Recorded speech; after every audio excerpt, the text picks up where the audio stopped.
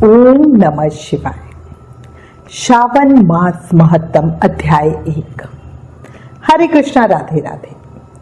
आज इस वीडियो में हम श्रावण मास महत्तम का प्रथम अध्याय सुनेंगे। इसमें शौनक आदि 88,000 ऋषिगण श्री सूत जी महाराज से श्रावण मास महत्तम सुनाने की प्रार्थना कर रहे हैं। इस अध्याय में हम ईश्वर और सनत कुमार संवाद में श्रावण मास के महत्तम का वर्णन सुनेंगे। शुरू करते हैं।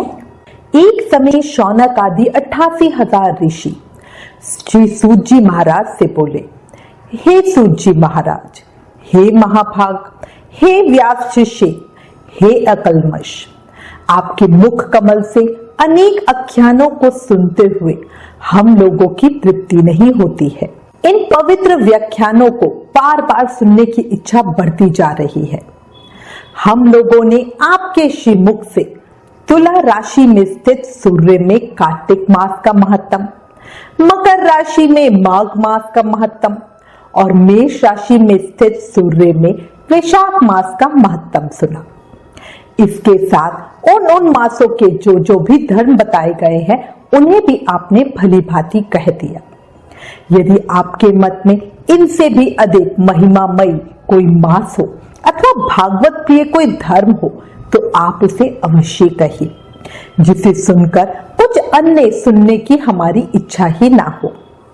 शास्त्रों में वर्णन है कि वक्ता को श्रद्धालु श्रोता के समक्ष कुछ भी छिपाना नहीं चाहिए। शौनक आदि ऋषियों की बात सुनकर श्री सूत जी ने बड़े प्रेम पूर्ण शब्दों में कहा, हे मुनियों, हे ऋषियों, आपके कथन से मैं अति प्रसन्न हूँ। मुझे भागवत प्रिय धर्म आपको सुनाने में अति आनंद प्राप्त होता है। आप सभी मुनिगण ध्यान पूर्वक सुने। आप लोगों के समक्ष बताने में मेरे लिए कुछ भी गोपनीय नहीं है। आप लोगों की भगवान में भक्ति है। आप लोगों ने कलयुग वासियों के हित की बात पूछी है। आप सभी सर्वगुण संपन्न हैं, अर्थात अच्छे श्रोता के जो 12 गुण बताए गए हैं वो सभी आप में हैं। अभिमान रहित ईश्वर भक्ति वाली समझ से दुष्ट विचारों को छोड़कर प्रभु में भक्ति के साथ भागवत वार्ता सुनने की इच्छा रखते हुए, विनम्र होकर ब्राह्मण की सेवा में विश्वास रखते हुए, धैर्य सहित और स्वभाव में नम्रता रखते हुए, मन वचन कर्म से पवित्र होकर, पूर्णतया आरोप प्रत्यारोप रहित होकर तथा तपस्वी वृत्ति में रहना आदि ये 12 गुण गीता में बतलाए गए हैं। आप सब में ये 12 गुण विद्यमान है। अब मन व आत्मा में प्रसन्नता अनुभव करता हुआ मैं आप सबको तत्व ज्ञान की बातों का वर्णन करता हूँ। एक समय धर्म को जानने की इच्छा से बुद्धिमान प्रतिभाशाली सनत कुमार ने परम भक्ति से युक्त होकर विनम्रता पूर्वक परमेश्वर भगवान शिव को दोनों हाथों से नमस्कार कर भक्ति पूर्वक बोला, हे देवों के देव महादेव, योगियों के द्वारा आराधनीय चरण कमल वाले, हे देवादेव, हे महाभाग, हमने आपसे अनेक व्रतों तथा बहुत प्रकार के धर्मों को सुना।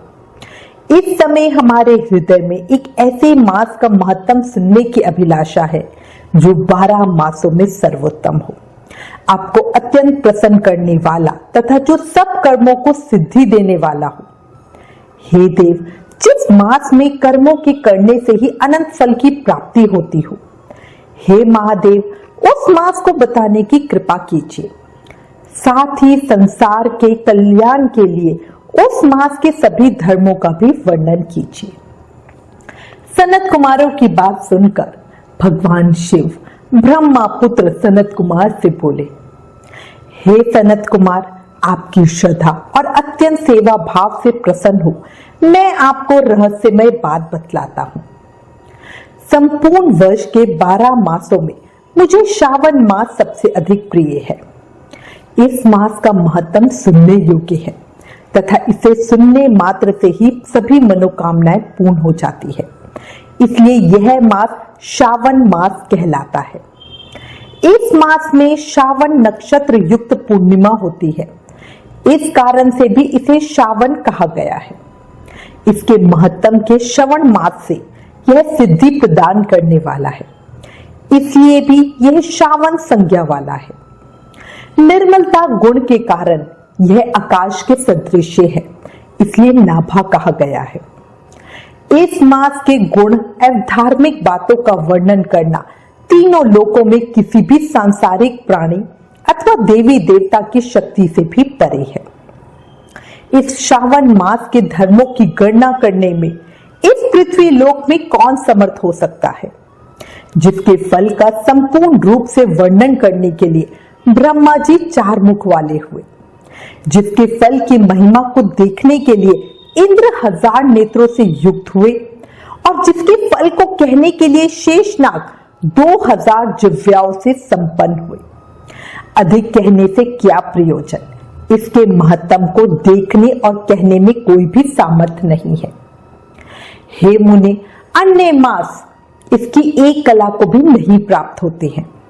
यह सभी व्रतों तथा धर्मों से युक्त है। इस महीने में एक भी दिन ऐसा नहीं जो व्रत से रहित दिखाई देता हो। इस माह में प्रायः सभी तिथियां व्रत युक्त है। इसके महत्तम के संदर्भ में मैंने जो कहा है वह केवल प्रशंसा मात्र नहीं है। जिज्ञासु भक्त, दुखी, अर्थ की कामना करने वाले, मोक्ष की अभिलाषा रखने वाले और अपने अपने अभिष्ट की आकांक्षा रखने वाले चारों प्रकार के लोगों, ब्रह्मचार्य, गृहस्थ, वानप्रस्थ, संन्यास आश्रम वालों को इस श्रावण मास में व्रतानुष्ठान करना ही चाहिए। सनत कुमार बोले, हे भगवान, हे ईश्वर, आपने बतलाया है कि इस मास की सारी तिथियां व्रत धारण करने के लिए होती है, अतः हे महाभाग, यह सब आप मुझे विस्तार से बतलाए कि किस दिन अथवा किस वार को कौन सा व्रत किया जाता है और उस व्रत को करने का अधिकारी कौन होता है, उसका क्या फल होता है, वह व्रत किसने और कब किया, उसकी विधि क्या है, किस देवता की पूजा होती है, पूजन सामग्री में कौन कौन सी वस्तुएं सम्मिलित की जानी चाहिए, उसमें मुख्य पूजन किसका होता है, रात्रि जागरण किस प्रकार किया जाता है, व्रत दिन अथवा रात्रि किस समय किया जाना चाहिए, किस व्रत का कौन सा समय होना चाहिए। हे प्रभु, यह सब आप मुझे बताएं। यह मास आपको प्रिय क्यों है, किस कारण यह इतना पवित्र है, इस मास में भगवान का कौन कौन से अवतार हुए, यह सभी मासों से श्रेष्ठ कैसे हुआ और इस मास में कौन कौन से धर्म अनुष्ठान के योग्य हैं। हे प्रभु, यह सब मुझे बताएं। आपके समक्ष मुझ अज्ञानी का प्रश्न करने में कितना ज्ञान हो सकता है, अतः आप संपूर्ण रूप से बताएं। हे कृपालु, मेरे पूछने के अतिरिक्त भी जो शेष रह गया हो उसे भी लोगों के उद्धार के लिए कृपया करके बताएं। रविवार, सोमवार, भौमवार, बुधवार, बृहस्पतिवार, शुक्रवार और शनिवार के दिन जो करना चाहिए, हे विभो, वह सब मुझे बताइए। आप सबके आदि में उत्पन्न हुए हैं, अतः आपको आदिदेव कहा गया है। जैसे एक की विधि बाधा से अन्य की विधि बाधा होती है, वैसे ही अन्य देवताओं के अल्प देवत्व के कारण आपको महादेव माना गया है। तीनों देवताओं के निवास स्थान पीपल वृक्ष में सबसे ऊपर आपकी स्थिति है। कल्याण रूप होने के कारण आप शिव हैं और पाप समूह को हरने के कारण आप हर हैं। आपके आदि देव होने में आपका शुक्ल वर्ण प्रमाण है, क्योंकि प्रकृति में शुक्ल वर्ण ही प्रधान है, अन्य वर्ण विकृत हैं। आप कपूर के समान गौण वर्ण के हैं, अतः आप आदि देव हैं। गणपति के अधिष्ठान रूप 4 दल वाले मूलाधार नामक चक्र से, ब्रह्मा जी के अधिष्ठान रूप 6 दल वाले स्वाधिष्ठान नामक चक्र से और विष्णु जी के अधिष्ठान रूप 10 दल वाले मणिपुर नामक चक्र से भी ऊपर आपके अधिष्ठित होने के कारण आप ब्रह्मा तथा विष्णु के ऊपर स्थित हैं। यह आपकी प्रधानता को व्यक्त करता है। हे देव, एकमात्र आपकी ही पूजा से पंचायतन पूजा हो जाती है, जो कि दूसरे देवता की पूजा से किसी भी तरह संभव नहीं है। आप स्वयं शिव हैं। आपकी बाई जांग पर शक्ति स्वरूपा दुर्गा, दाहिनी जांग पर गणपति, आपके नेत्र में सूर्य तथा हृदय में भगवान श्री हरि विराजमान है। अन्न के ब्रह्म रूप होने तथा रात के विष्णु रूप होने और आपके उसका भोक्ता होने के कारण हे ईशान, आपके शेष तत्वों में किसे संदेह हो सकता है। सबको विरक्ति की शिक्षा देने हेतु आप शमशान में तथा पर्वत पर निवास करते हैं। पुरुष सूक्त में उतामृतत्व सैशानो इस मंत्र के द्वारा प्रतिपादन के योग्य है, ऐसा महर्षियों ने कहा है। संसार का विनाश करने वाला हलाहल विष अपने कंठ में आपने ही ग्रहण किया था और नीलकंठ कहलाए। महाप्रलय की कालाग्नि को अपने मस्तक पर धारण करने में आप ही समर्थ हैं।